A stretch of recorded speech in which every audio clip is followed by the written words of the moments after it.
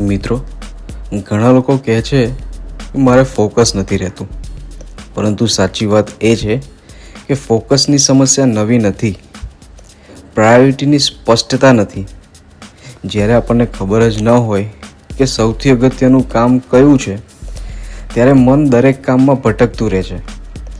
સૂર્યના કિરણો રોજ પૃથ્વી પર પડે છે, પરંતુ જ્યારે એ જ કિરણો એક મેગ્નિફાઈંગ ગ્લાસ દ્વારા એક જ બિંદુ ઉપર કેન્દ્રિત થાય છે, ત્યારે એમાંથી આગ પ્રગટે છે.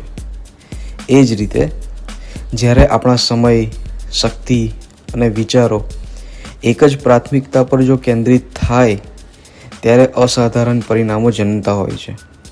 મિત્રો, યાદ રાખીએ, ફોકસનો અર્થ બધું કરવું એ નથી. ફોકસનો અર્થ છે સૌથી મહત્ત્વનું કામ પહેલાં કરવું. દરેક દિવસની શરૂઆતમાં પોતાની જાતને માત્ર એક પ્રશ્ન પૂછીએ: આજે એવું કયું કામ છે જે પૂર્ણ થઈ જાય તો આજનો દિવસ સફળ ગણાય? એ એક કામને પ્રાથમિકતા આપીએ અને પછી જુઓ આપણી પ્રગતિની ગતિ કેવી રીતે બદલાય છે. કારણ કે ફોકસ ત્યાં જ આવે છે જ્યાં પ્રાયોરિટી સ્પષ્ટ હોય છે.